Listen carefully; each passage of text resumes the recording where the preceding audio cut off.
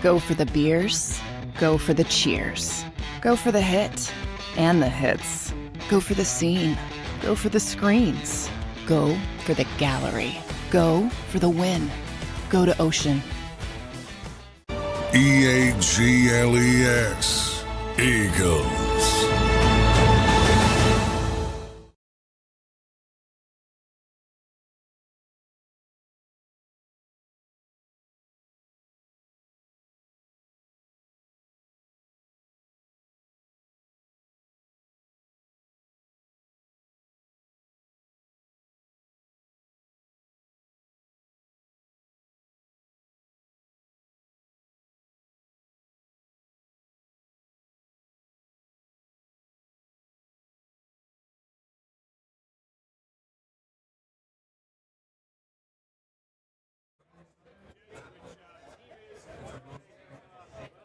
Check notes, never lost two ever in the history of the world. So we'll get you ready for this kickoff today.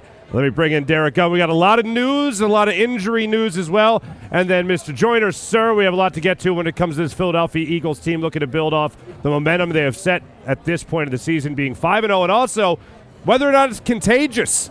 A lot of them were partying across the street there at Citizens Bank Park, enjoying their friends, the Philadelphia Phillies, Fletcher Cox being one of them, saying earlier in the week that he has still had not to wash the champagne out of his hair. So we'll get to that conversation. But Jalen Carter today, out. Darius Slay, Gunner, out. Going the other side of the football when it comes to the New York Jets. And the Sauce Gardner is also out in this game for the Jets. But what is the impact, and what can you tell me about Jalen Carter and Darius Slay and the severity of their injuries? Well, you go back to their practice on Wednesday, and Jalen Carter, one of those fluke accidents, had his ankle stepped on in practice. They didn't think anything of it at that time, but as the week progressed, it started to irritate him more and was swelling a little bit, so they decided to shut him down for this particular week. Now, in his case, they don't think it's anything long-term, which means they expect him back to be next week for that showdown with Miami. And wow, will they need him to get some pressure on Tua next week. As for Darius Slay has had knee issues off and on, just irritation in the knee, and his knee issue flared up to the point on Wednesday he received a PRP shot, which is basically a plasma-enriched shot, and it helps to get the swelling down in the knee and joint when he injected. It didn't respond as quickly as they had hoped it would, so therefore they've decided to shut Darius down for this week, again, with the mindset being they believe at this particular time that he will be ready to play next week against Miami. Before I kick it over to you, Seth, I just want to ask this question then. So if this was a game not against the New York Jets, Gunner, would they be playing? Probably not. Okay. Oh, wow. Especially at this point of a season, it's better to be safe than sorry. And as you know, you look at all the injuries that are piling up across the National Football League and how a lot of them have turned out to be minor injuries, which now have become lengthy injuries in a lot of cases. So the Eagles, now obviously they have the luxury of playing a limping New York Jets team. It just happened to occur at the right time, but they feel this is like giving them an extended bye week to get these guys ready for what's to come. Obviously, Seth, bottom line is today they don't have these two defensive studs. Jalen Carter, of course, turning a lot of heads in his rookie season. So what's the impact of not having these two in today's game? Well, I mean, if there's a time not to have them, this is it. Playing against a Jets team that with a team that has a lot of talent on the offensive side of the ball, but the fact is they don't protect the quarterback well. The only thing they really have working in their favor is Breece Hall. To me, that's going to be their greatest challenge today. So if there's a day where you're not going to have two big-time or two of your main players available to you, this would be the game. And, boy, my goodness, they just don't make them like they used to, boy. I'm going to go ahead and assume, Seth, that you would be playing and you had played through injuries like that. Well, I think it's funny because, Jason Kelce is coming upon a landmark number of games, and he was quoted. People asked him, what's the secret to your longevity? And he said, hey, I played hurt in a lot of games. And that's just a fact of the National Football League. From the time that you get done in training camp, you are going to effectively be hurt or be injured in some way.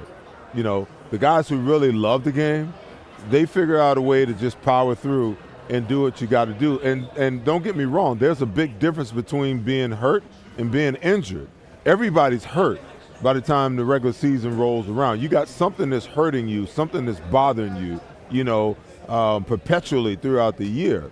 Now, if you're injured, that's different. When you're injured, you can't. That injury means you can't do what your body normally would do. You can't do it effectively. You're a half of what you normally are. If that's the case, then it's founded. I understand guys not playing, but if you're hurt, you suck it up and get out there and play, because that's the nature of the game. You only get 17 of these every single week.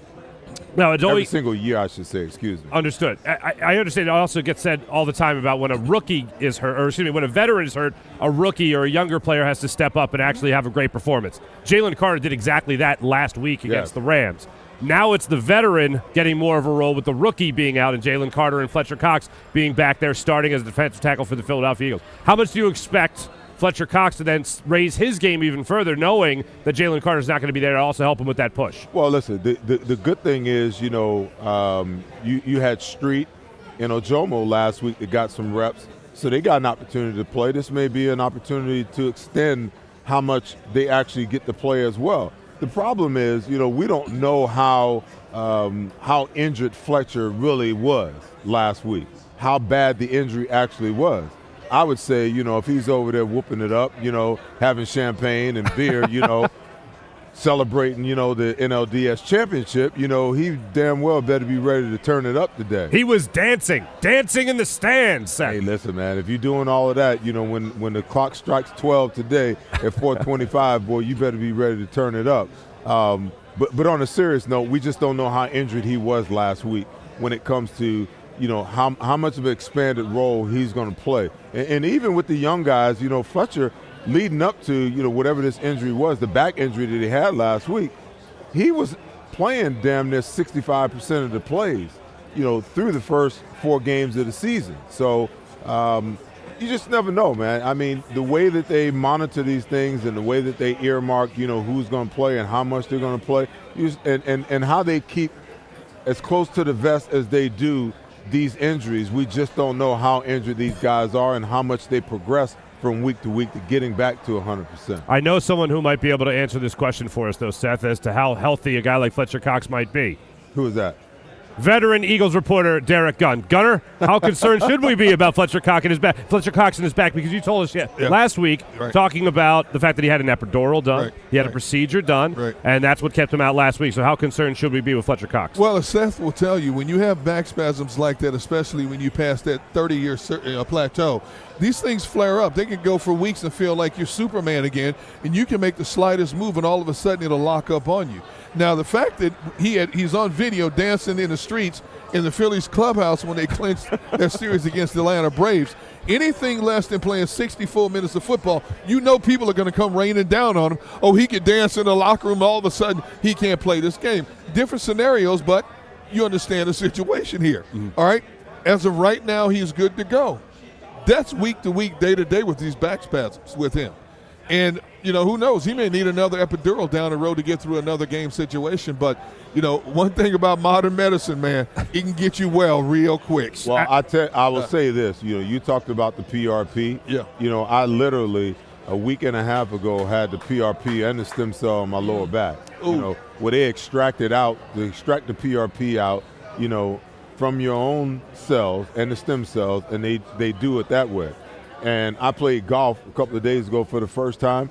And for the first time in like the last 3 or 4 years, I played 18 holes of golf with no back pain after I got done. So, your comment about what modern medicine can do, it's phenomenal. It's phenomenal what they can do with stem cells that they harvest from your own body, and also the PRP when they pull the blood and they spin it and pull it out of your system and then put it back in. It's amazing how quickly it works. And Seth says all that just to let us know he's going to be driving up the Garden State Parkway to go a little bit more north of Jersey here and be playing in this game today. No, I'm not. Hey, listen, I said it can do a world of good, not work miracles, my brother. Fair enough. One person that is going to be back in this game today, most likely Nakobe Dean, who had been missing the last couple of weeks here, last 4 weeks of the season really, with his injury. So the Eagles actually have some time here with the way that their linebackers have been playing to this point this season, which has been a very pleasant surprise, I know for me, I know for a lot of people as well. But what are the realistic expectations for Nakobe Dean today, Derek Gunn? Well, when you talk about a foot injury, and of course, anytime you talk foot injuries, you're talking about borderline plantar fasciitis. Now, luckily, they held their collective breaths and breathed a sigh of relief that it wasn't that. But they're not, number one, you're not going to put him back out on the field unless he's 100% healthy. Number two, it doesn't take much to re-aggravate that thing. Step on somebody's foot, somebody steps on your foot, you plant it wrong, turn wrong, all of a sudden you're back in the IR again. But eventually you've got to get him back out on that field. He's good to go. So as of right now, looking forward to seeing him out there in the middle of that field to see what he can do against this Jets offense. Snap count? I would say, is he limited, very limited? Or I wouldn't say very limited, but I think they will be watching it closely. Every time he comes over to the sideline, the coaches and the training staff will ask him, how does it feel? Seth, it's been a while since we've been able to look at the linebacker position of the Philadelphia Eagles and say, you know what, take your time. Bringing back the guy that's supposed to be a starter, take your time. But really, Zach Cunningham and Nicholas Morrow have filled in rather well in Nakobe Dean's absence. So what do you expect when it comes to the rotation as well as production from that position group? Well, listen, I've been posing this question on my TV show and on my podcast over the last couple of weeks.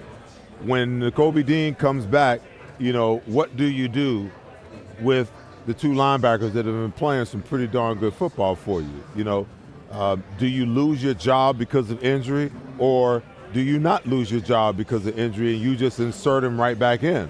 You know, I'm one of those people that believe that sometimes when things aren't broke, there's no need to try to fix it, you know, but they've invested a third-round draft pick in Nakobe Dean, and they feel like he's going to be the guy for the future. So if that's the case, I get the sense that they want him to play. They're going to put him out there to play as much as they can without risking it. The benefit is that now you know that Nicholas Morrow and Zach Cunningham can play, that they can be productive in this system.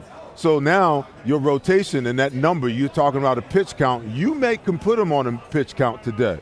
But ultimately, if you want him to be the main guy, the guy that gets the majority of the snaps out of those three guys at that position, at some point in time, he's going to have to get the lion's share. Now, we can talk about how good he is. He's yet to show us how good he is and how productive he could be, D-Gun, in this defense, because he played 1.5 games and then he's been hurt. So we've got to see him in an extended role begin to make some plays and do some things the way that these other two guys have done over the last 4 games in his stead. All right. Now, what about Sean Desai, coming off one of his best games, especially adjustment-wise in the second half?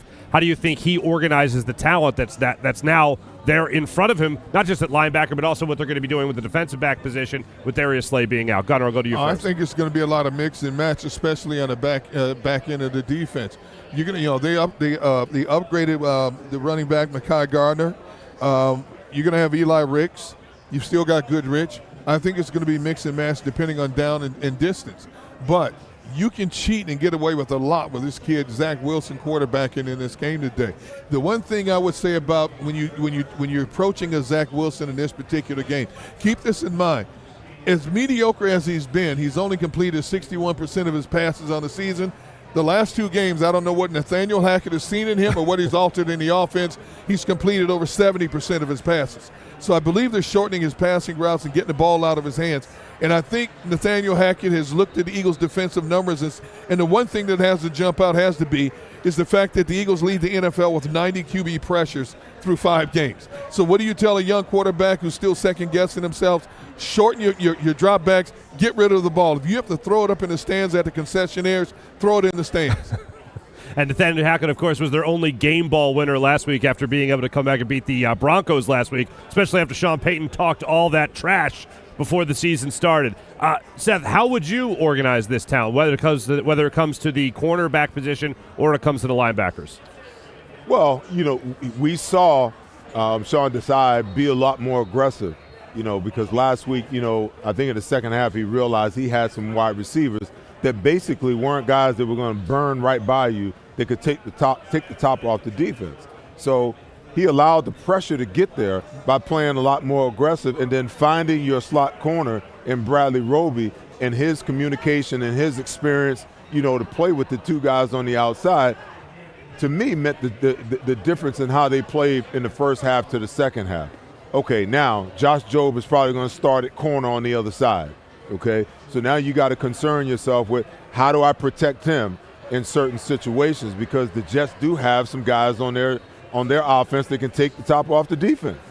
So how do you make that adjustment? How do you make the adjustment for if you don't get the push and the pressure that you've been getting? Then all of a sudden you got a quarterback that's saying, hey, you know what?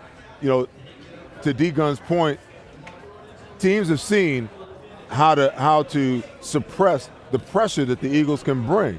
You go three-step drop, you get the ball out of your hands. Take what the defense is giving you is the best remedy, and run the football is the best remedy for any young quarterback in the National Football League. Now, you can't trust Zach Wilson to stand in the pocket, 5-step, 7-step drop, go through a progression, and make the right decisions. But what you can do is you can say, hey, take what the defense gives you. We're going to run the ball. We're going to alleviate as much issue as we can by running the football and giving Breece Hall a steady dose of the football to see if we can't get the run game going. But off of that, we're going to go play action pass. We're going to try to stay ahead of the chains. We're going to take the running back in the flats if we got to take him. We're going to take the quick pop passes, to the tight end, sitting down over the middle, and we're going to run crossing routes and try to get guys crossed up and hit stuff, on one side or the other. That's how, he can operate efficiently, and that's how he has operated D-Gun the last 2 weeks a lot more efficiently. He's made fast decisions, and he's made small decisions. But when you ask him to go through a progression, that's when he gets in trouble. And the best way that the Eagles can bring that about is, A, take away the run game early. Make no mistake about it. They've got to get Breece Hall under control early. This guy, every single time he touches the ball, he's a potential home run hitter. So you got to get him under control quickly. And then once the offense can figure out a way to get somewhat of a lead, now you got this quarterback exactly where you want him, and you can turn him into the player that he's been for the majority of his young career, which is a turnover machine. Certainly. When you mentioned Breece Hall, though, coming off a 177-yard performance here against the Broncos, he's going to be taking that up against the best run defense in the NFL and what the Eagles are able to put out there. How much does it concern you at all, Derek Gunn, that when you look at a team like this, who you could also sack their quarterback, who averages 2 sacks a game in Zach Wilson, and you noted a little bit of a change there in the offense, but how much is it a concern for this defensive pass rush that does blitz more than what we saw from Jonathan Gannon? They might look at a guy like Zach Wilson and see that raw piece of meat in the lion's den and maybe not think as much about Breece Hall as they should. Oh, trust me, their focal point is on Breece Hall in this game. They know that's the only way the Jets have an opportunity to stay in this game is if they can get 5-6 yards of crack and control the clock and keep the scoring down low. When you have receivers like Garrett Wilson, Allen Lazard, and your quarterback can't get them the ball, it handcuffs them. It makes them one-dimensional. The reason that Zach Wilson only threw for 177 yards last week is because they ran for 234 yards. I don't think there's any way, shape, or form that the Jets will run for 200 yards on this Eagles defense. Now, keep this in mind. If you close your eye on Breece Hall for a second, he will burn you. He has 3 of the 4 longest runs in the NFL this year. He is capable of running for 150 before you can blink.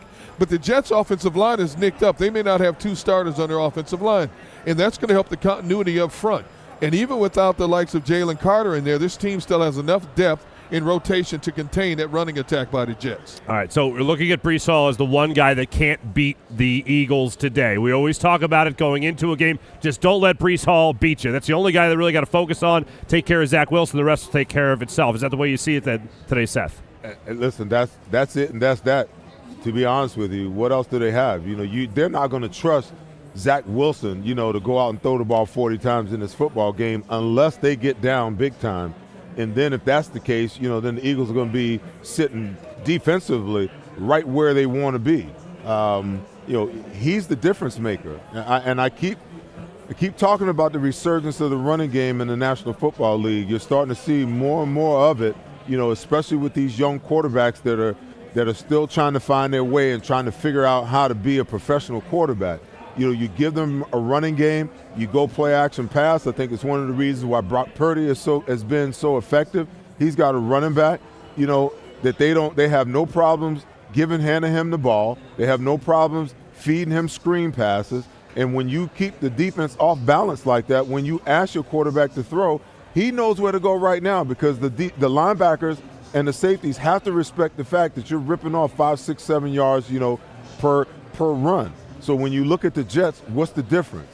The difference is Breece Hall. Breece Hall has allowed them the last 2 weeks to be competitive.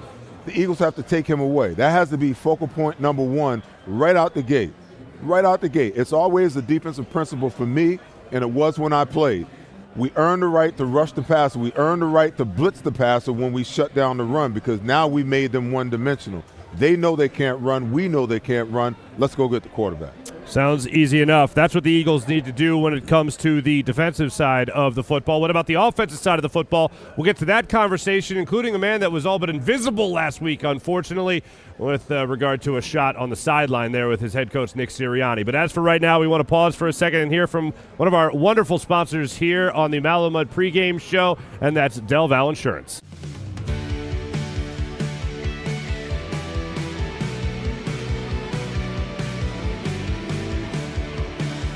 My name is Fran Salerno, and I'm a managing director here at Del Val Insurance Group. Been in the business for over 36 years, saving people money on their insurance needs. Give us a call. Let us help you custom design an insurance plan that meets both your needs and budget.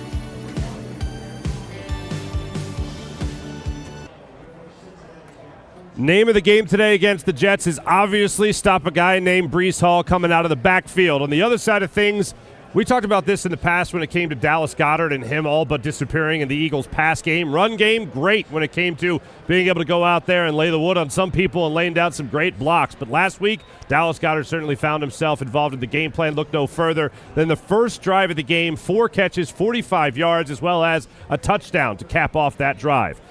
This week, Devontae Smith, where has he been? Ever since we looked at that one off-the-field issue between A.J. Brown and his quarterback in Jalen Hurts, you've seen a lot more targets with A.J. Brown. Some might say that's too much. Others might just revel in the idea. You're looking at a guy over the last 3 games that has had 125 yards receiving over those last 3 games, each of those last 3 games. So, Seth, I'll ask you first, when it comes to Devontae Smith, how much of a target is he going to be for Jalen Hurts today? And are the Eagles going to look to get him more involved after only 1 catch last week? To be honest with you, you just never know with this offense. I believe that the Eagles have a massive problem, but it's a problem that a lot of quarterbacks in the National Football League would like to have. They've got one football, and they've got 4 or 5, maybe 6 weapons. It's hard to keep everybody happy, but just as long as, that number is 5-0, 6-0, 7-0, guys don't have any reason, no recourse to really complain. It is what it is. We're trying to play the game in order to win the football game, and wherever the matchup is game to game, week to week, that's just where it is. Now, he's a guy that they got to get involved, and I think that sometimes, when you look at how Nick Sirianni and Brian Johnson, the way that they go about game planning, they look at matchups, and they're looking to attack matchups. But also teams give us a pretty steady diet, of zone coverages at times too. That is the time when you're running zone concepts is when you can really, spread the ball around and give the ball to a myriad of different people. I'm just amazed sometimes at how often A.J. Brown is still the primary in zone concepts, where you can certainly get the ball to Dallas Goedert. You can certainly get it to, your wide receiver, 1B. There's always opportunities, but what are you going to do? I mean, there's only one ball to go around. So I would expect for, especially with Sauce Gardner out today, I would expect for, both of the wide receivers to probably have big days today. But I'm sure the coaching staff is going to look at the film, come up with a game plan that gives them the best opportunity to be successful offensively by attacking the matchups that makes the most sense. And then it's up to Jalen and other situations where it's not man or it's not blitz coverage to say, okay, in our zone concept, where's the best option? And it all depends on where his progression starts. If his progression is consistently starting with AJ, guess what? AJ is going to get the majority of the ball.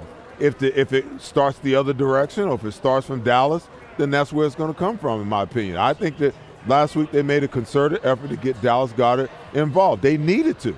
They needed to. So, as a guy who played then, how real is that? Because we hear it all the time from coaches. It's just whatever the game dictates. It's whoever's open. All that. Okay. No. Your answer. I haven't even asked yet, but you're answering the question. No. And I agree with you because I've heard it from other players as well. Okay, fine. If you're not getting involved, we want to make sure that we're getting you involved. So maybe the first progression will be Devontae Smith this week in this particular play, and it'll be that for A.J. Brown next week or something like that. So it does happen. And I say no because these offenses have become so complex and yet so specific in how they attack. They know that when they get a certain coverage, that they've got routes that are designed to beat those coverages, and those routes to beat those coverages aren't always incumbent upon your number one wide receiver. It's like I saw a fourth down conversion in a game earlier today where, the Falcons, they had a zone concept on defense. The back came out of the backfield, and instead of him coming out and sitting down, he kept running. He ran right to the defender. The defender knocked the ball down. It's like, sit down. In zone, you don't keep going. You sit down. You got the first down, sit down. So you're going to tell me that in situations where you have zone and you got one of the best tight ends in football, that there's no way you can get that guy involved? The interception, I can't remember what game it was, D-Gun, where DeAndre Swift ran the F under, and him and Jalen Hurts was on the wrong page, and he threw an interception. Vikings, the Vikings. Against a zone concept, that route is there all day, every day. All day, every day. And that's the kind of thing where Jalen can, just take what the defense is giving you and move the sticks and wait for the defense to give you what you want so you can take the shots down the field. But those types of concepts, they're there all day long. F under against zone. He's open all day long because you got 5 guys out in the route and you only got 4 underneath. Somebody's open. There's a zone that's unaccounted for. It's there all day long. I want to build on that. And before we get a break, I just want to ask you this question real quick, Derek Gunn, because I don't look at the one thing I have confidence in with this team is regardless of targets, this team just wants to win. Mm-hmm. And I know as time goes on, that might start to wear on some people that I'm not being enough of the show when I should be more part of the show, whatever. But when it comes to this locker room with Jason Kelce, Jalen Hurts, and all the leaders they have here and the relationship all these guys have, one thing I'm never concerned about is the fact that a lack of targets or a lack of catches is going to bleed into affecting the overall product and efficiency of this offense. Absolutely not. It starts with the culture that's established from the top, which is Jeffrey Lurie and Howie Roseman. When they go out and get a coach who's a culture guy, a coach who can relate to today's player. And you look at what they did with Doug Peterson. Now you look at what they've done with Nick Sirianni. Those coaches come in here and they identify who are my leaders in this locker room. And for Nick Sirianni, it's obvious. It was Jason Kelce, Lane Johnson, Fletcher Cox, Brandon Graham. He sits down with them and he talks about, here's what my expectations are. Here's what I need for you to pass around to everybody else in the locker room. And you're talking about players who are highly decorated players. And by the way, you want to get a young player's attention? Throw your finger up like this and show them the bling that'll blind you. See, young players are influenced by 2 things, money and rings, right? Okay, and the Eagles, big-time players have both. So when that culture is established, they have no choice but to fall in line. And once it's consistently harped on, there is no deviating from that. Players can't come in, whether it's a new veteran player or a young player, and say, I didn't know this. Yes, you did. When you walk in that locker room door, it's established. And once you've established that, especially when you win, it's easier to get that message home to your players. And because this team not only has won both years under Nick Sirianni, but it progressed. It went from a playoff experience. They made the product better. The quarterback got 100% better. They came within 3 points of a Super Bowl. And now the carryover is, as we all knew coming into this season, they had the nucleus to get back there again. And, oh, by the way, they're one of only 2 teams until further notice they were undefeated in the National Football League. I love when you said, whenever you say, oh, by the way, I know knowledge is about to be dropped. I will say this. This is a team that's built upon team, and team is a very important thing. But D-Gun said players are motivated by 2 things, championships, wins, and money, okay? Now, it's not lost on me that Devontae Smith is in his 3rd year. There you go. It's not lost on me. Now, you can talk about how valuable he is, but I know from personal experience when it comes to negotiations, teams will bring up, oh, how productive were you? Well, you would. So he's going to be a team guy, but deep down inside, in his mind, he's thinking about, oh, I'm due for a payday. A.J. Brown got his money. Right. You understand what I'm saying? He got paid. Devontae Smith, he got paid because he was a first rounder. But that next check is what he's looking at. He just had a kid too, so his mindset, he'll do what's right for the team. But don't tell me that money ain't in the back of his head, that he ain't looking at, what's on the open market and what top flight wide receivers are making, and understanding that his numbers have got to match, whatever he asked for. What was it? Rings, championships, and money? Money. These are a few of my favorite things. And not in that order. Understood. Show me the money. All right, we'll be back in a minute here with more coverage between the Eagles and the Jets ahead of Week 6 action, where the Eagles are looking to improve to 6-0 for the second consecutive year. Go to get your game on. Go for the beers. Go for the cheers. Go for the hit and the hits. Go for the stakes and the stakes. Go to get your parlay on. Go to get your party on. Go for the scene. Go for the screens. Go for the gallery. Go for the win. Go to Ocean. Visit theoceanac.com to plan your visit. At Pond Lehocky, we've recovered billions of dollars for our clients, and we're confident we can do the same for you.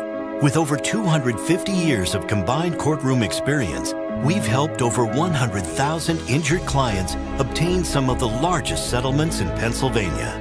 One conversation is all it takes to help you and your family get back on track. If you've been injured in an accident, give Pond Lehocky a call. They're carving them up and good play calling along the way. First and goal at the 6.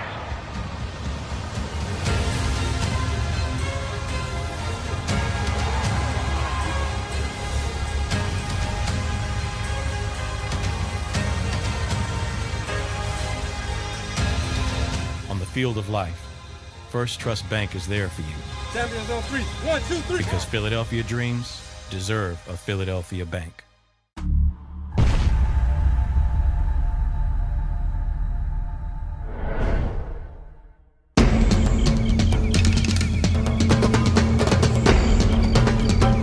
Staffing is not easy, but that's what we do every day, all day. The key to our success is storytelling, asking the right questions to find the right people. I'm Gary Kane, president of Kane Partners. We want to be your staffing partner. Since 1977, it's always been about you, the community, at Rafferty Subaru. And through the Subaru Love Promise, we prove we care by supporting charities like So Good Now. So Good Now helps kids in under-resourced areas by connecting them with student athletes to serve as mentors. We remove barriers so athletes can help youth in the corners of our communities where light and love are needed most. When you choose Rafferty Subaru, you help organizations like So Good Now. It's all about you at Rafferty Subaru. Do you stream on a Roku, Fire Stick, Google TV, or Apple TV? Now you can watch 6ABC 24/7 with the 6ABC Philadelphia streaming app. In the big story on Action News, search 6ABC Philadelphia and start streaming today. EAGLES. Eagles.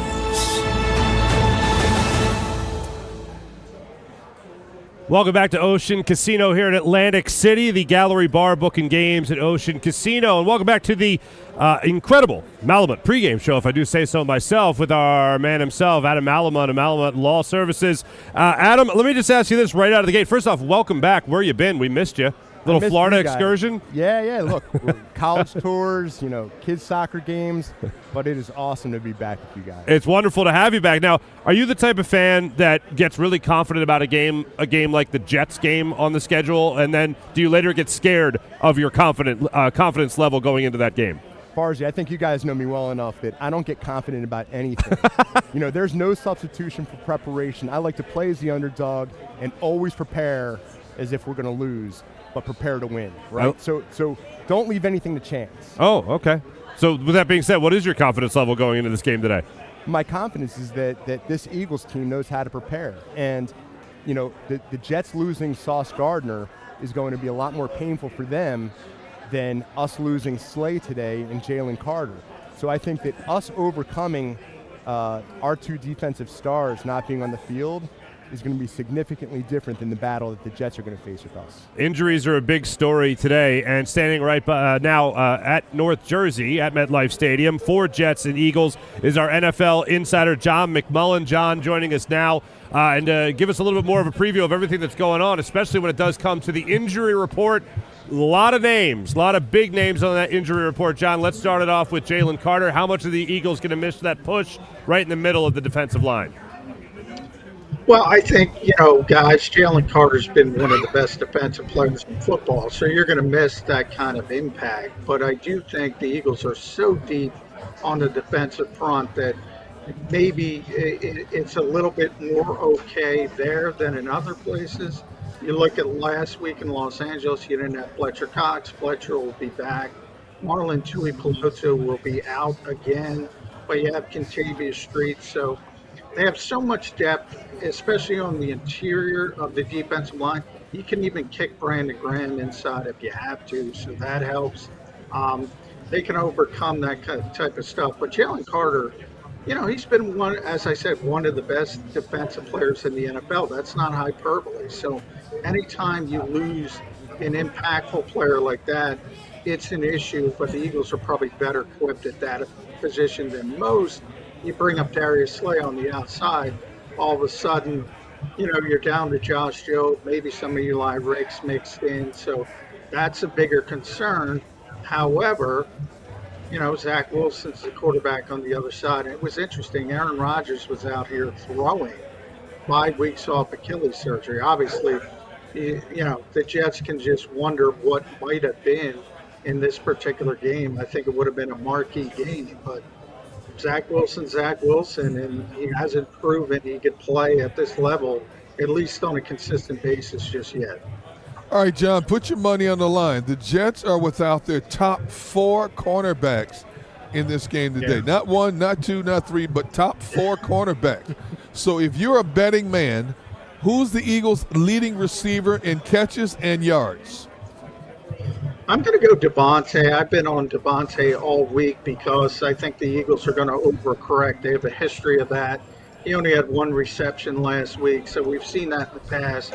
When AJ was the squeaky wheel, so to speak, earlier in the season, he went on this big run. Dallas Goedert last week, they finally got him involved, and it was at the expense of Devontae Smith. So only 1 reception last week. I think if you go back to week 1 of the 2022 season, when Devontae did not have a catch in Detroit, they had that big overcorrection against Minnesota in week 2.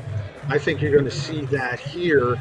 And as you mentioned, D-Gun, man, it's not only Sauce Gardner, it's not only T.J. Reed, Brandon Echols, on and on and on. Our old friend Craig James, former Eagle, is a likely starter coming up from the practice squad. So, yeah, the Jets have a lot of issues at cornerback. So, John, you telling me they're going to throw the ball 50 times today, huh? Well, I always say when we talk about run-pass options that, tell me what the score is in the fourth quarter. If the Eagles are up to 2 touchdowns, all of a sudden that run-pass option is going to look better than it might have on paper, because they're going to run the football to drain the clock to get out of here. But if you're asking me early, yeah, they're going to pass the ball to get the lead, then hopefully run the ball to close out the game. That would be the game plan. And look, when you're down that many corners and you have A.J. Brown, Devontae Smith, that's probably not the worst idea in the world. Maybe you have a different idea if Sauce Gardner and D.J. Reed are out there, but they're not. So you have to take advantage of sort of the issues the Jets are having, and they're not equipped to handle receivers like the Eagles have without their top-tier cornerbacks. My only rebut to that is that I'm sure that Robert Saleh is not going to put those guys in a situation where you can take advantage of them. They're going to be playing a lot of zone. Can the Eagles be patient enough, against 2 high safeties to run the ball, which they should be doing against 2 high safeties, and also patient enough in the passing game to take the short to intermediate passes against zone coverage, because I'm imagining you're probably going to see, zone coverage 75 to 80% of the time. Can Jalen Hurts be patient enough to take what the defense is giving rather than trying to force the ball down the field versus zone coverage? Yeah, I think he will be. One thing about Jalen Hurts, maybe to, a detriment at times, he's very focused on ball security. So you're not going to be really concerned about that 3-4 interception game. Look, it happens to everybody at some point, but I think Jalen is so focused on ball security first and foremost. I think that factors into it where it's not as big as a concern as maybe some other teams in certain situations. You're right, though, from Robert Saleh's standpoint, Seth, he should be playing a lot of zone coverage in this game.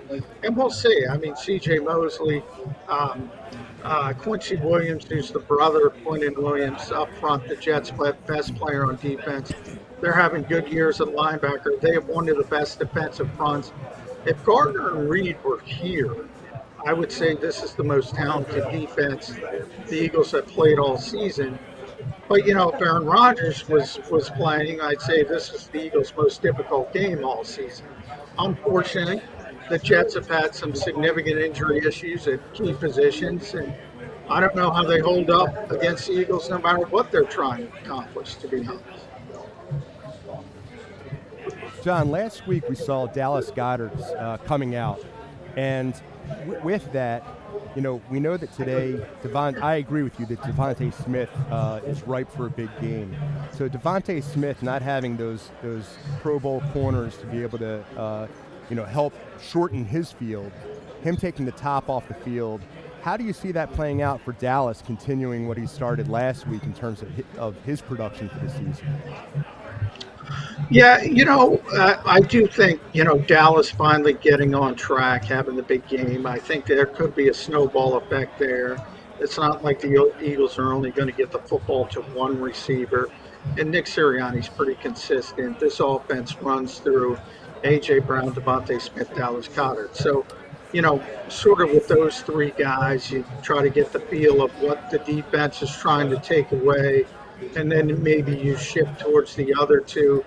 But, getting Dallas Goedert specifically in the red zone, because if you look at the one weakness the Eagles have had offensively so far this season, they're basically top 10 in everything, guys, except red zone offense.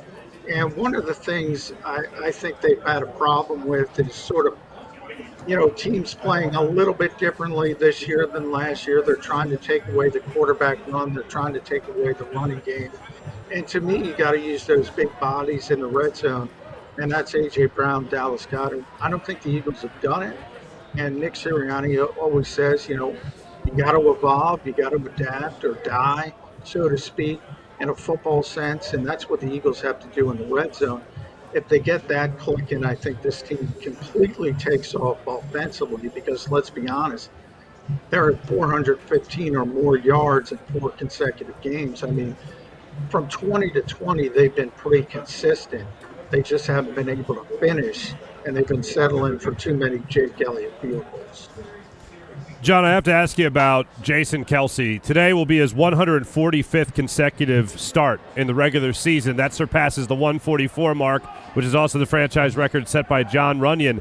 Not just the play on the field, but also his attitude and his leadership in the locker room. I feel, and I know you guys were talking about him with this at his locker this week, but how much is the presence of Jason Kelce, not just the talent of Jason Kelce, how much is that valuable when it comes to this Eagles locker room, and really not hearing too many problems coming out of it over the last, 12 years during his career?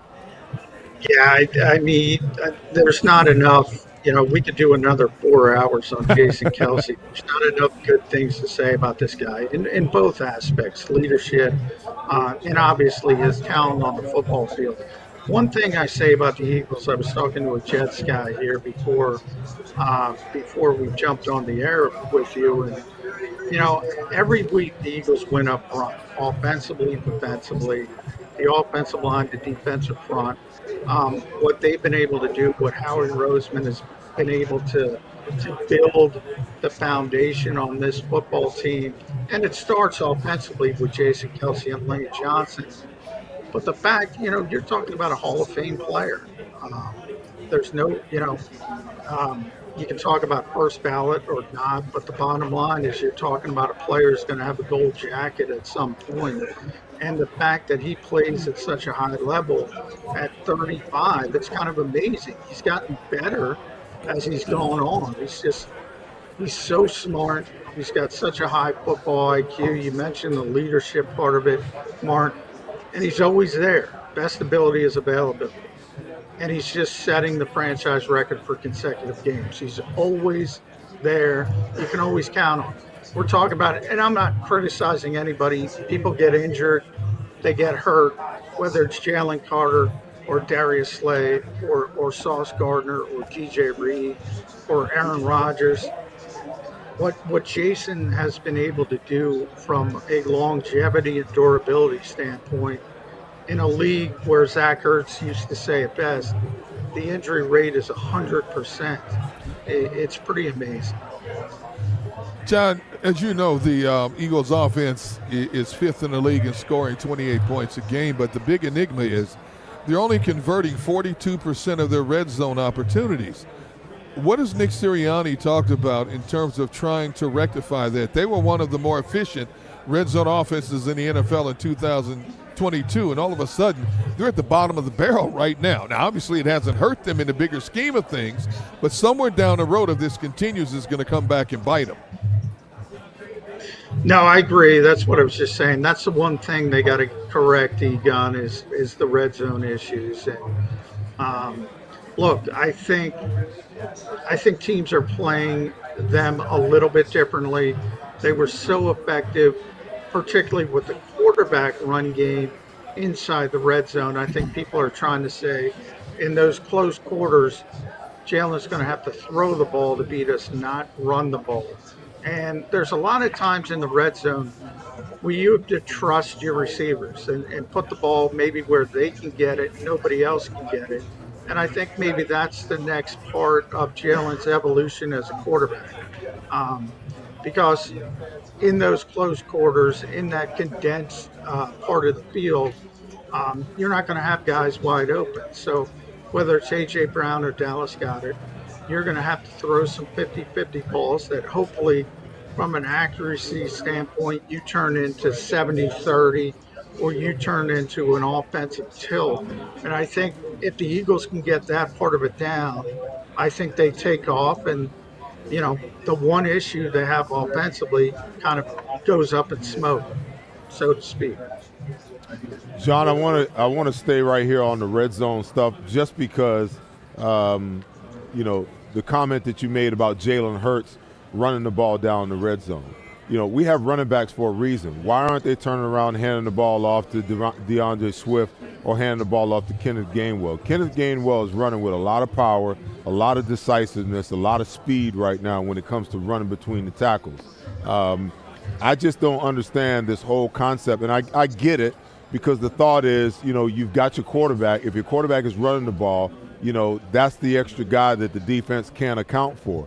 But at the same time, when you get in close quarters, especially down by the goal line is where they're suffering the most inside the 5, not being able to punch the ball in. The issue is more Jalen trying to run the ball and having so many guys crowded around the line of scrimmage rather than just handing the ball to the running back. Let the running back use this. The Eagles are the number one rushing offense in the National Football League, but we get down inside the red zone inside the 5, and we turn around and we want to run our quarterback on quarterback sweeps, quarterback dives, all that kind of nonsense. And then to your point and Derek's point, you got a 6'5" tight end that you can line up outside one-on-one. There's not a cornerback, linebacker, or safety that can cover him man-to-man. And then on the other side, you've got a 220-pound wide receiver that when he runs a slant route, you can't defense that because the defensive back can't come through or over the back. It's a PI, so why aren't they using these pieces to rectify, being the top 3, 68% conversion last year, having dropped all the way to 27, 42% in the red zone this year? Yeah, Seth, I think it's fair to point out that they haven't shifted as quickly, perhaps, as they should have. I do think from talking to the coaches this week, they recognize it. I think they're going to start to make the corrections, but we got to see it. And we'll see how they handle it. But to the point of just the traditional running game, look, people are crowding the line of scrimmage because of the quarterback. That also affects the running back. That's why I tend to tilt towards you got to use those big bodies. And if you use that and it starts to be successful, then you'll see things lighten up a little bit in the box, and you can get back to whether you want to have the quarterback run the football or just the traditional running game. I think that becomes more effective if you add in that if you start threatening people sort of outside, which the Eagles haven't done yet. So I think that's the key to it all. The one thing that has been successful when they get inside the 5, though, and really inside the 2-3, is obviously the tush push, the brotherly shove. That's still working. So if they get into the deep red zone, they score. But the problem is when they start at the 19, they start at the 50, they start at the 10, maybe it's first and goal just inside the 10. That's where they're having the problems. And that, to me, is where they got to use the big body receivers. John, so jumping back to Seth's side of the ball, look, we're going to not have Jalen Carter there today. Fletcher Cox, we saw him celebrating when the Phillies won the last series. He looked like he was healthy. How's he looked in warm-ups today down in the field? Yeah, I mean, Fletcher's looked good all week. He had an epidural, so he was having some back pain. And when he had it, we said we were told if he's going to miss a game, it'll just be a game, and he should be back for this one. It has gone that way, so I think he feels better, and I think you're going to see the typical Fletcher Cox. Now, I don't want to downplay again what Jalen Carter's been doing, because as well as Fletcher Cox has played, and I think Jordan Davis has played tremendously, Milton Williams has been improved. Jalen Carter's been on a different level. It's hard to replace a player like that, but the Eagles have so much depth. They may not be as dynamic inside without Jalen Carter, but they're still going to be awfully good because of how much depth. So I think that's sort of how that's going to unfold. Sidney Brown being out is a little bit of a surprise to me. Again, I was talking to him for a long time on Thursday. He thought he was ready, so the Eagles might be being cautious there. I thought this was the week maybe they would take the shrink wrap off Sidney Brown for a couple reasons. One, Zach Wilson's on the other side, and even though the Eagles would never admit it, they don't want to disrespect an opponent. If you want to get to start up over for a younger player, this is a perfect situation to get it done. But the Eagles are erring on the side of caution. Obviously, Miami next week, that high-flying offense. So I do think they want players like Carter, Slade, Brown as healthy as possible for the Miami Dolphins next week. John McMullen, look forward to you being on, of course, Birds 365 with Jody McDonald tomorrow, and, of course, throughout the week, always here on the JAKIB Media Sports Channel. But before we let you go, what is your official prediction for Eagles-Jets today? I think it's going to be ugly at times because the Jets do have a lot of talent defensively in the front seven, so we might be sitting here after the game talking about style points, but I don't think the Eagles are going to be in any danger. I think it's going to be a 24-14 type of game. So in control, not a huge blowout, but they get the W. Simple as that. John, thank you so much for joining us. As always, look forward to reading your stuff on JAKIB Media, as well as seeing you with Jody McDonald for Birds 365. John McMullen joining us from North Jersey, MetLife Stadium, the scene right there, the stage for Eagles-Jets coming up later today. All right, we'll be back to give you a continued analysis and a couple more milestones that the Eagles have ready to obtain in today's ballgame. Welcome to Pond Lehocky, the largest workers' compensation law firm in Pennsylvania. With over 250 years of combined courtroom experience, we've helped over 100,000 injured and disabled workers obtain benefits. as well as some of the biggest settlements in the state. Even better, Pond Lehocky doesn't charge a dime until you win. If you've been injured at work, give Pond Lehocky a call.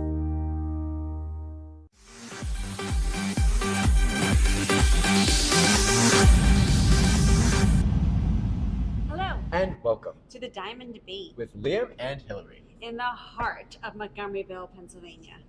What you got for us today on your right hand, Hill? Today we've got a right-hand ring, Liam. What is that? It's a ring that you would wear on your right hand.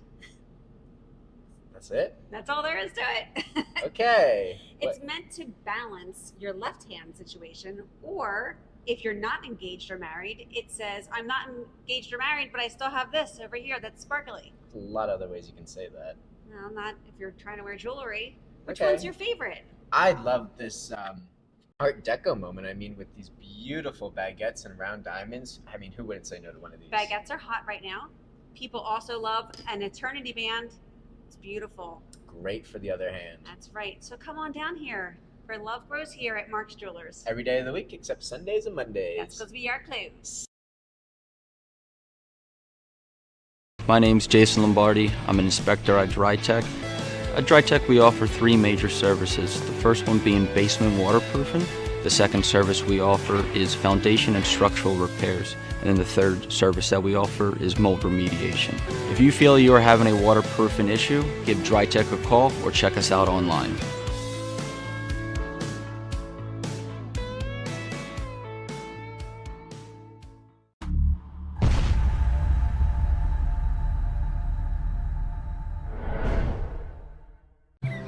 I get scared sometimes. Of a lot of things. Joining in, Decisions, the dark. the dark. But I once heard someone say, But as I always say, it's okay to be afraid as long as you face the fear. and keep moving forward. Wherever you are in life, count on the name trusted in insurance for over 80 years. Independence Blue Cross.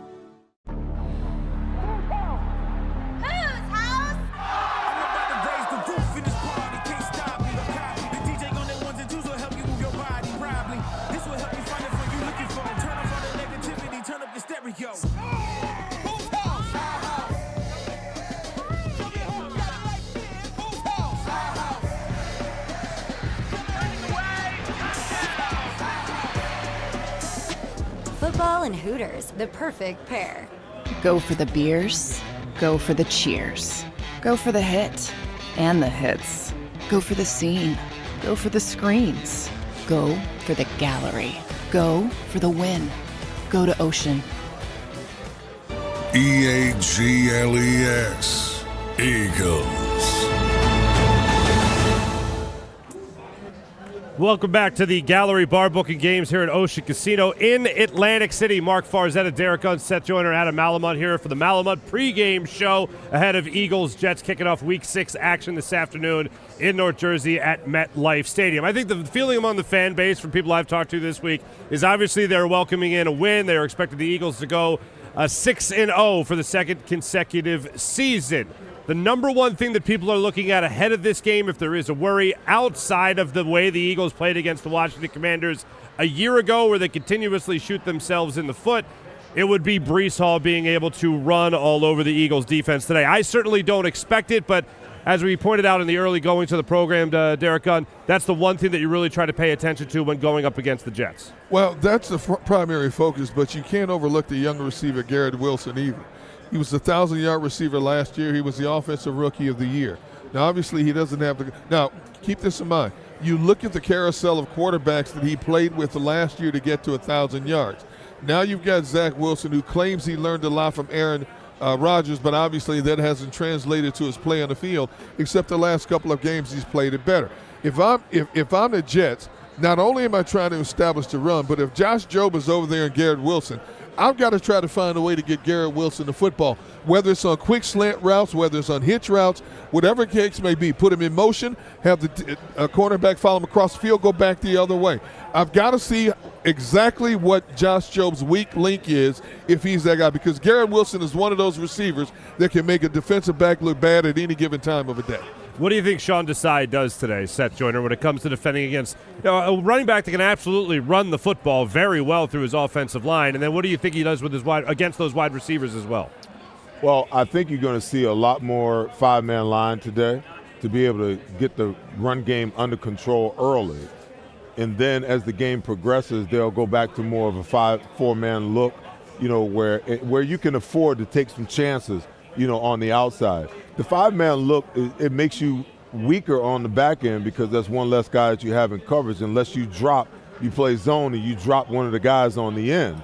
But it makes you so much stronger against the run game because, you got a man, a hat on a hat, and if you go two linebackers, now you got seven guys on five in the box. But when you play the four-man line, I get the sense that anytime that Nathaniel Hackett sees and Zach Williams sees the Eagles, in their too high safety look, that they're going to check automatically to the run game. That's just the smart thing to do because that's the only way you're really going to make some hay running. You're not going to be able to run the ball against that five-man front. But I expected for them to play a lot of five-man front early. Try to get him behind the sticks on first and second down and put Zach Wilson in as many third and long situations as you can. And once the offense gets us a lead and puts us in a comfortable position, then you can go back to your four-man line and turn guys loose to go and get the quarterback because you put him in a position where he has to throw the football. Adam, when we're looking at this defense today and what they could do, one of the big question marks is how the Eagles are going to use their linebackers with Nakobe Dean coming back today and helping out Zach Wilson and also helping out Zach Cunningham helping out Zach Cunningham and helping out I'm blanking on Nicholas Morrow. Thank you very much, Seth. So what do you expect to see from them today, and do you have a guy you think is going to be leading the pack by the end of today? Yeah, I think Nakobe's going to come back strong. If you look at this game has a recipe for maybe the biggest test the Eagles have had all season, right? Not looking too far ahead, but next week's going to be a significant matchup. And how these guys come out and play today is going to dictate their mindset going into preparation for next week. So I think that this team is disciplined enough to look at what they have today. I think Nakobe's dying to get back out there and show folks what he has. There was a lot of preseason excitement around Nakobe. Morrow and Cunningham have been playing well. I think that the linebackers, and look, it becomes a lot easier when you have other players on the defense that are such strong players. But when you have these young guys that are still trying to earn their way like Nakobe, I expect a lot out of him. I think he's matured a lot in a short amount of time. One thing that has blown me away with what Nick Sirianni has said about Nakobe Dean, it's usually a question as to whether or not an injured player is going to travel with the team. And so it's a question as to how much they're going to be around the team, how much they're going to be rehabbing, how much they're going to be around the team. But something Nick Sirianni has said repeatedly over the last week is how much Nakobe Dean has been there in the throws. The only thing he hasn't done is play, obviously because of the injury. But he's there. He's looking to help out anyone he can help out. If he can help out somebody, either learning the defense or either try to break down an opponent. He's a guy who loves to study. I mean, this is a guy that wants to go back and be a pre-med major at Georgia later on in his life. So he loves the books, man. He loves to study. But Seth, from your point of view as a player, how important is that to have guys that aren't there playing still trying to be there as part of the team, trying to help out? Well, you need to stay engaged. Just because you're injured doesn't necessarily mean, that you should be absent from the team. You should be there throughout the game planning. You should be there throughout the walkthroughs. If you can be there, my suggestion is to be there so you stay locked in and you stay clued in. You might not be able to physically do, what you want to do, but those mental reps, they're valuable. They're valuable in a massive, massive way. So yeah, you need to be there if you can. And when the team don't want you around, that's a bad thing. When you're injured and they're like, oh, go over here or stay over there. I played for a coach who used to use that as motivation. When you were rehabbing, you rehabbed over on the other field. certain times, certain places you didn't even come out on the field. And that separation was enough to drive you to hurry up and get well as fast as you could to come back and be a part of the tribe. But, the game is different now. If that guy's in your plans and he's a guy who, you expect to be there, you want him around the team. If he's an emerging leader at a position, you want him around the team, to stay engaged, with everything that's going on. And I'm curious, man. I don't know, D-Gun. A lot of people have a lot of expectation of Nakobe Dean, and the smallest thing that he does will be amplified and magnified just because of, where he was drafted and what the expectations are. But I'm just curious, man. I'm curious how he can flip the script and make himself as relevant as these other two linebackers have made themselves in his stead while he's been gone. I really am. I couldn't agree with you more, Seth. When you lose the starter, you're always thinking about how far of a drop-off are you going to have in terms of the players backing them up. That hasn't been the case in a lot of ways. If you really think about it and you're honest, both Morrow and Cunningham have played better than Nakobe Dean. And I know the expectations are high because everybody talked about how they got him at a steal in the third round when he was projected to be a late first-round pick. And, of course, he got basically what I call the redshirt freshman year last year to sit at home. Not sit at home, but sit on the sideline and watch the likes of a T.J. Edwards. My problem with him is he too light in the backside to hold down the job? Now, he's nicked up now. He's missed 4 games. Still got a long road to go in terms of getting to the finish line. Is this going to be the problem all year long? And that's not a knock against him. It's just the nature of some players. You just can't keep some players uninjured. That is the case. I hope that's not the case with him. I want to see what he can do in the full complement of games against a variety of different types of offenses like the Miamis, the San Franciscos. You're going to go from the finesse to the power offenses you're going to face. What role? Can you handle the likes of a Christian McCaffrey coming over the middle? When you're talking about a power offense, can you handle some of these teams? Can you handle what Dallas is going to throw at you? I need to see this from him. But you know what? Every time he's out and these other guys start to shine, then the coaching staff has to make a business decision. Are we better off with these guys that we brought in off the streets more so than this guy that we groomed to be the heir apparent to T.J. Edwards? Hey, listen, and sometimes, to be honest with you, sometimes you just are. Guys get to a point where, another guy's, lack of luck is the other guy's, it's his luck. What they say, one man's injury is another man's opportunity? There's no doubt about it. Yeah. There is no doubt about it. And my thing is, too, when you look at him, look at how he plays. When they're in that 5-man line, that's when he's at his best. When you put him in a 4-man situation where now he's got to take on blockers and whatnot, it's a whole different situation and scenario, as a linebacker that you see. So I can't wait to see what he looks like in the 4-man front opposed to what he looks like in the 5-man front, especially in the run game, because that's where he's going to be, especially this game right here. This is where they're going to need him the most, is to be a factor in the run game, whether they're in the 4-man or the 5-man front. And I'm just curious to see how he reacts to that after being out for 3 games. Interesting. I mentioned before the break that we were going to talk about some milestones here, and we certainly mentioned what Jason Kelce's going to be doing today. Again, it's going to be his 145th consecutive start, passing John Runyon's record. Now, another guy who's setting a record today is a guy named Brandon Graham, who you've come to know quite well, Derek Gunn. He will appear in his 184th career regular season game today. That breaks a tie with Brian Dawkins from 1996 to 2008. We talk about Jason Kelce all the time as an overall leader of this team, but really this team is set with a bunch of leaders, including a young man named Jalen Hurts, who doesn't do too bad in the leadership category either. But is Brandon Graham the equivalent of Jason Kelce on the defensive side of the football? And I would say the same thing about Brandon Graham and Jason Kelce on the offensive side of the football. So no disrespect either way, but Brandon Graham being here that long and that consistent, and then seeing his rise from a quote-unquote draft bust to a guy that has been a Super Bowl champion and a great leader on this team, and a Pro Bowler as well. Can you talk about his maturation process throughout his career, Derek? Yeah, and he will tell you, as I had him on my podcast a couple of weeks ago, he was immature at the time. He was going through the rough patches.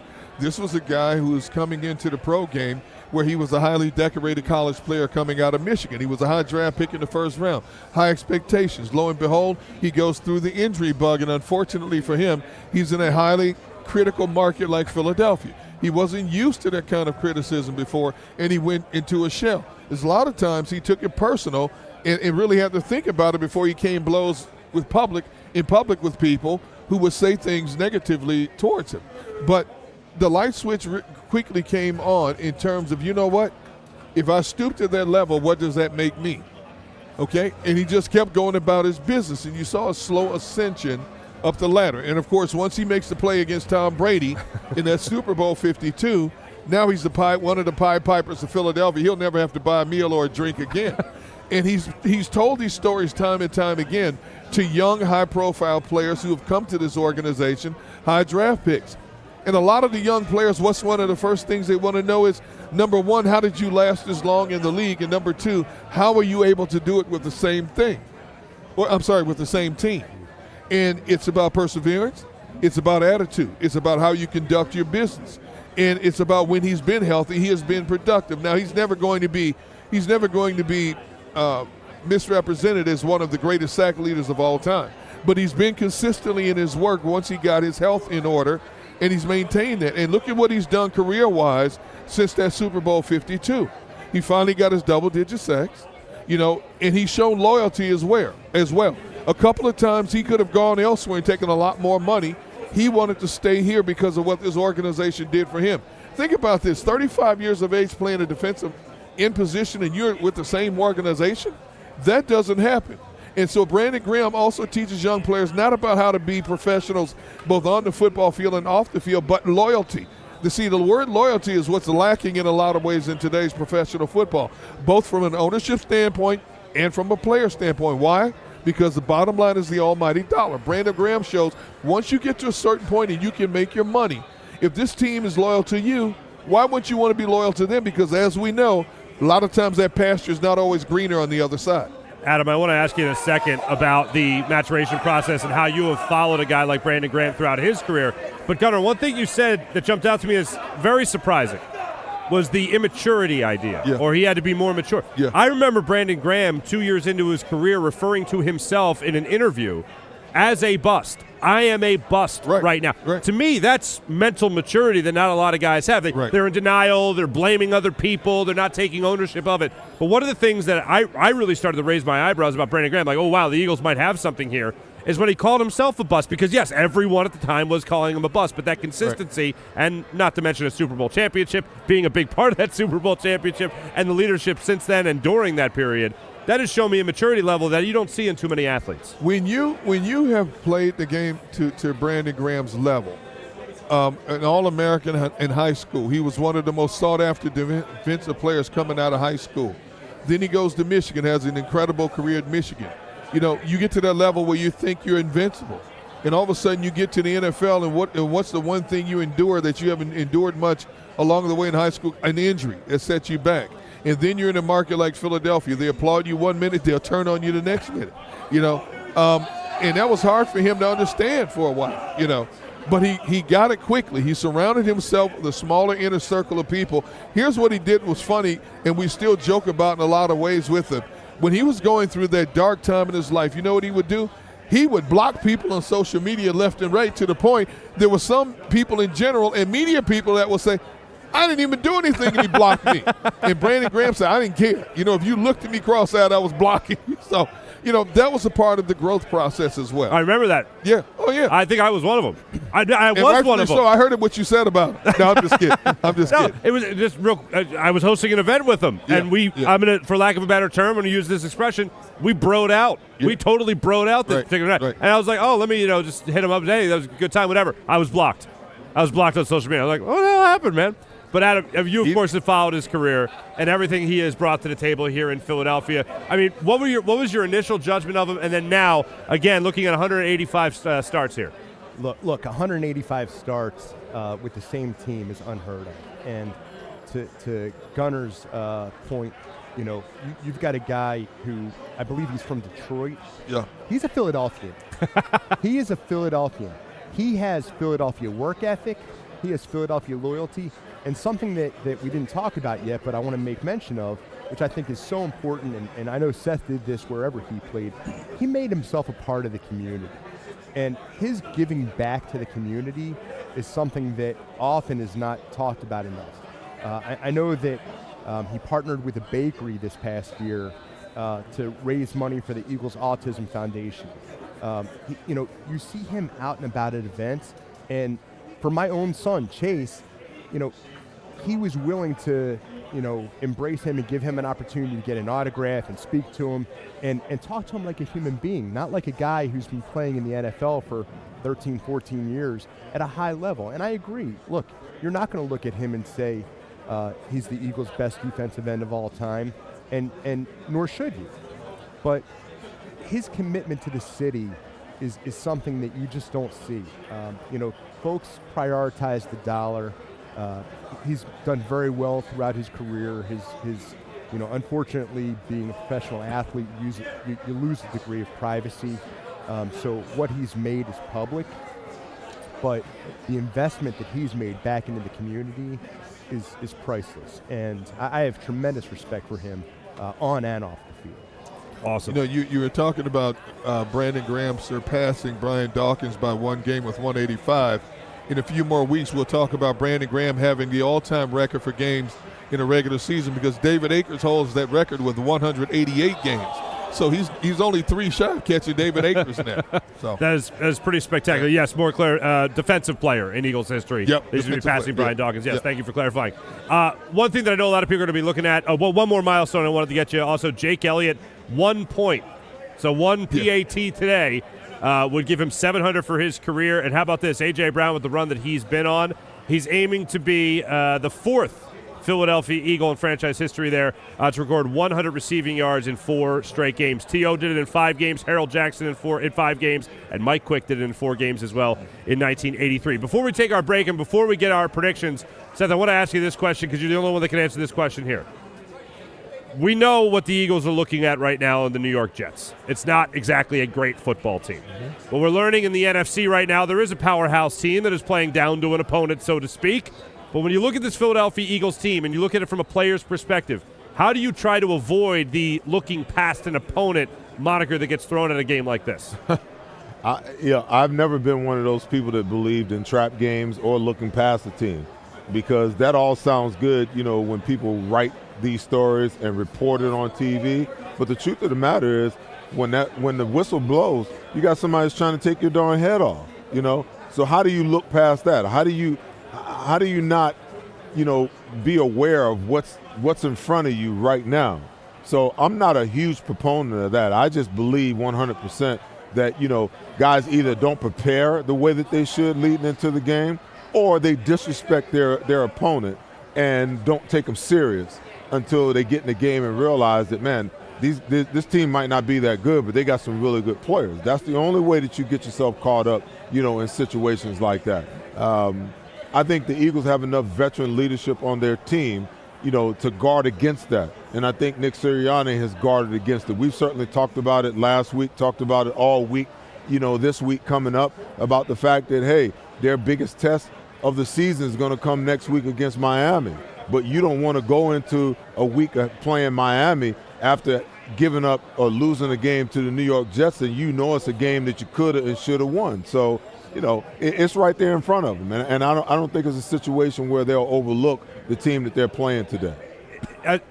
When you were playing, did you ever smell that in the room? Did you ever smell? Oh, hold on, we got the Cowboys next week, or we got this thing, we got this team this week, and I'm getting a sense right now that nobody is focusing on the task at hand. People are looking maybe 2 weeks down the line instead of what's going on this Sunday. No, have you ever sensed that? Okay, I think it happens. But when you got older guys around that's experienced, the negative side of that, they take care of those situations. I think that sometimes what winds up happening is the young guys will look at, an opponent and be like, man, they've only won 1 game and they've lost 4, or they're 2-2. They're really not that good. So they come into the meetings and their mindset is in the wrong place. That's where your leadership is like, hey, man, there's only, 1,676 of us, on the earth that get an opportunity to play at this level. So I don't care how bad the football team is, they got players on that team. And when the minute that you disrespect, your opponent, and it's funny because I had Ike Reese on my show 2 weeks ago, and I was like, Ike, how do the Eagles not overlook the Washington Commanders? He was like, don't ever disrespect your opponent. And that's what it is in a nutshell. But it's up to the older guys on the roster to pull these young guys and slap them upside the head and kick them in the behind and be like, don't ever disrespect the guys on the other side of the field, because I don't care what their record looks like, what their circumstances are. They're on that roster because they're good enough to be on an NFL roster, or they wouldn't be there. And on any given day, guess what? They can beat you. That's why they make you play every game, because if that was the case, they just chalk it up as a W, and the Eagles can get back on the bus and come on back to Philly. Fair enough. All right, ladies and gentlemen, we're going to be back with our predictions for this matchup. Eagles taking on the Jets in this Week 6 matchup. Eagles, of course, looking to improve to 6-0. We'll be back here with the Malamut pregame show from the incredible Gallery Bar Book of Games here in Atlantic City.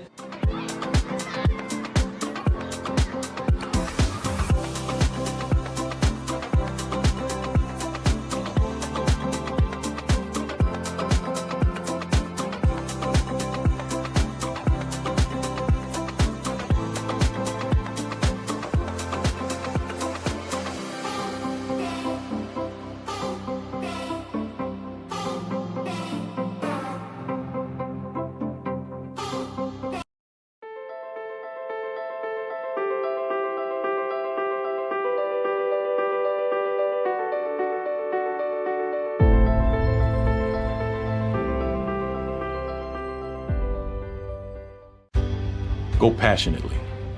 Go fearlessly. Go confidently. Go Birds! Go confidently towards your goals with First Trust, Philly's hometown bank for nearly 90 years, and the official bank of the Philadelphia Eagles. We're focused on getting you over the goal line. So go with conviction, go with trust, Go Birds! and go forward with us by your side. First Trust Bank, the official bank of Philadelphia dreams. Oh, and go Birds.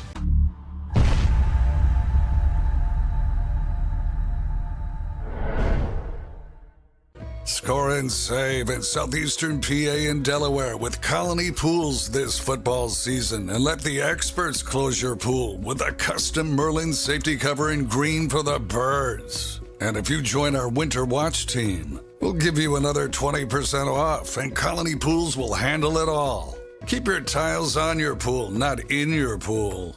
Fly with Colony right now, Birds fans. Visit flywithcolony.com.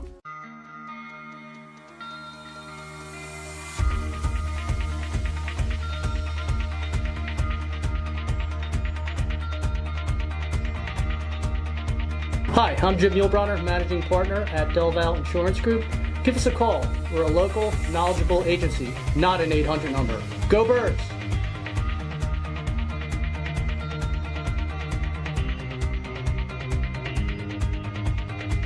Weather forecasting is a team game. We rely on each other every day, updating the models and passing along new critical information. We have a team of 5 experienced meteorologists and a specialized weather producer, Paul. Say hi, Paul. Sometimes what I see in the model, Cecily could see something different. That's when we come together as a team to make our most accurate prediction. And all of this backed by more than 100 AccuWeather scientists. It's a team game. And we have the best team in town. EAGLES, Eagles. Welcome back to Ocean Casino's incredible Gallery Bar Booking Games. This is the Malamut pregame show. Marc Farzetta, Derek Gunn, Seth Joyner, Adam Malamut joining us as well. We just have to point this out right out of the gate. I believe the Philadelphia Eagles fan base, really the Philadelphia fan base, with all they've had to enjoy over the last week with the Phillies taking care of business and now the Eagles looking to improve to 6-0.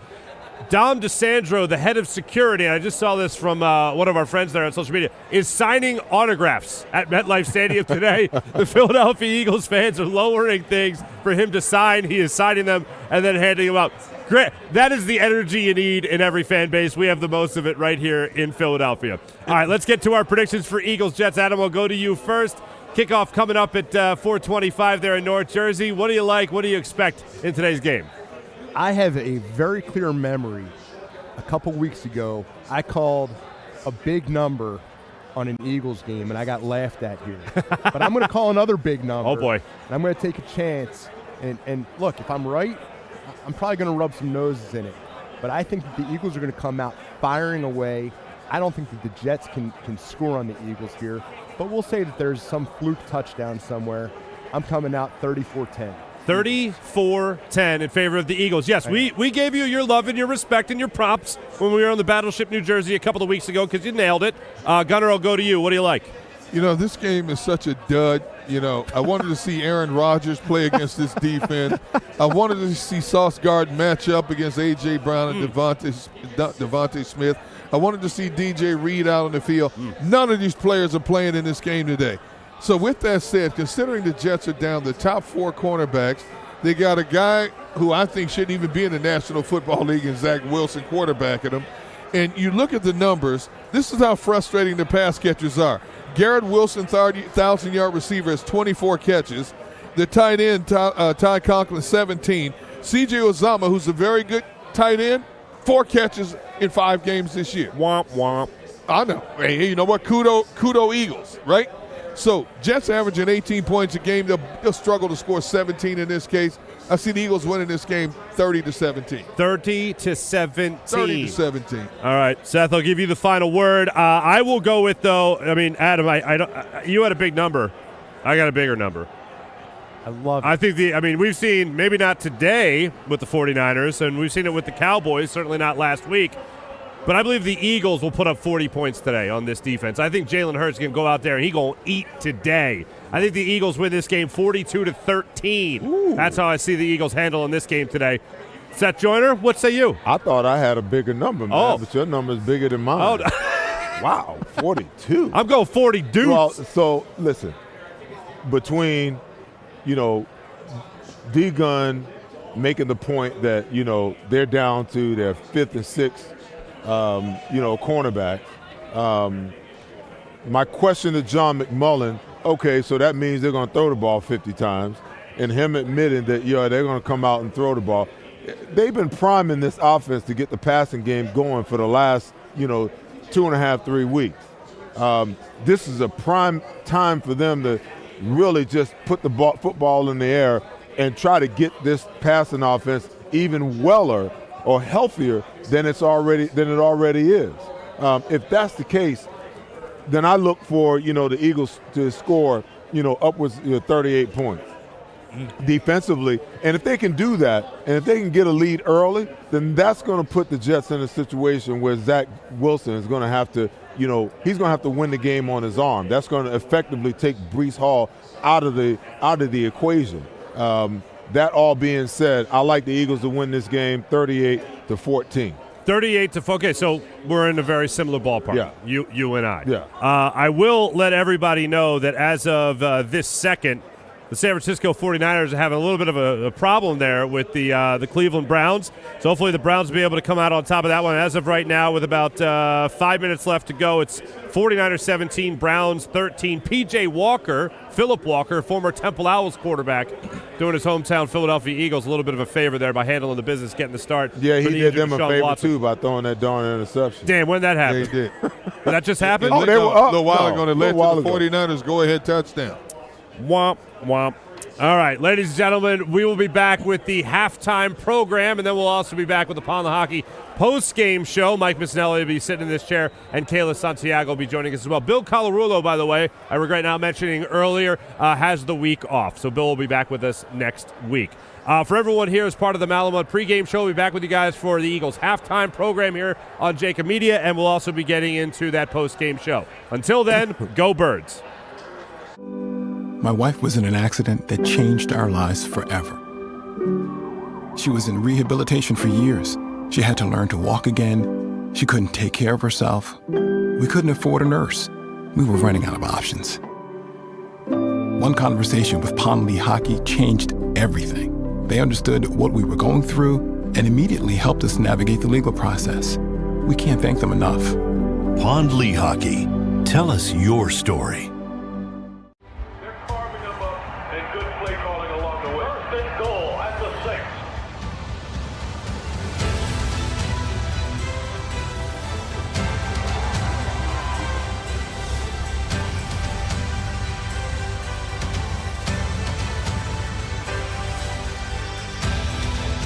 field of life, First Trust Bank is there for you. Champions on 3. 1, 2, 3. Because Philadelphia dreams deserve a Philadelphia bank. Since 1977, it's always been about you, the community, at Rafferty Subaru. And through the Subaru Love Promise, we prove we care by supporting charities like So Good Now. So Good Now helps kids in under-resourced areas by connecting them with student athletes to serve as mentors. We remove barriers so athletes can help youth in the corners of our communities where light and love are needed most. When you choose Rafferty Subaru, you help organizations like So Good Now. It's all about you at Rafferty Subaru. Some say courage is something you're born with. Others say courage is something you find.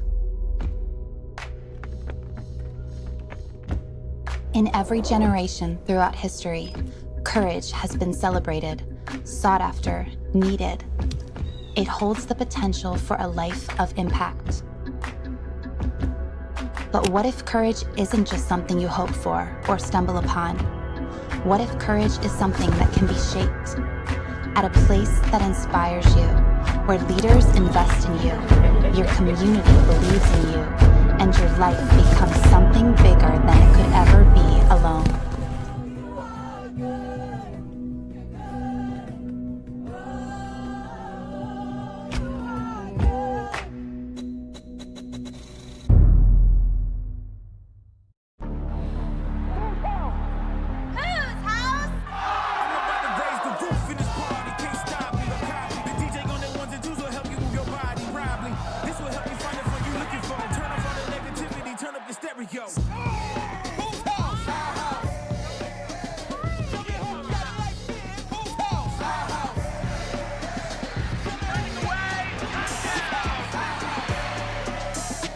Football and Hooters, the perfect pair. Go for the win. Go to Ocean Casino Resort. Book your trip at theoceanac.com. EAGLES. Eagles.